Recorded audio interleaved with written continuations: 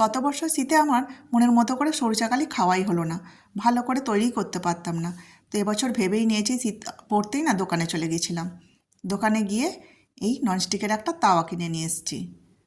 যখন কিনেই নিয়ে চলে এসেছি, তো আপনাদের সাথে একটু শেয়ারও করে নিই যে তাওয়াটা কেমন হয়েছে, একটু কমেন্ট করে জানাবেন।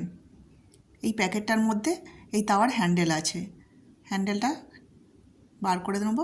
হ্যান্ডেলটা লাগাতে হবে, আর ওই খুন্তিটা দিয়েছে আর ওই জালিটা দিয়েছে।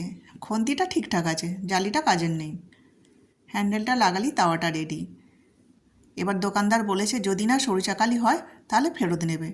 আমি আগে থেকেই চালের ব্যাটার একটা রেডি করে এসেছি, দেখবো এবার সরিষাকালি ঠিকঠাক হচ্ছে কি না।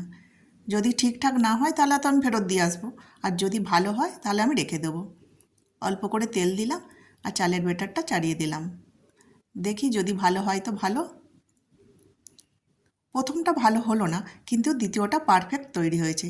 যাক, এবছর আমি মনের মতো করে সরিষাকালি করতেও পারবো, খেতেও পারবো, খাওয়াতেও পারবো। ভালো লাগলে ভিডিওটি লাইক, শেয়ার, সাবস্ক্রাইব করবেন, পাশে থাকবেন। ধন্যবাদ।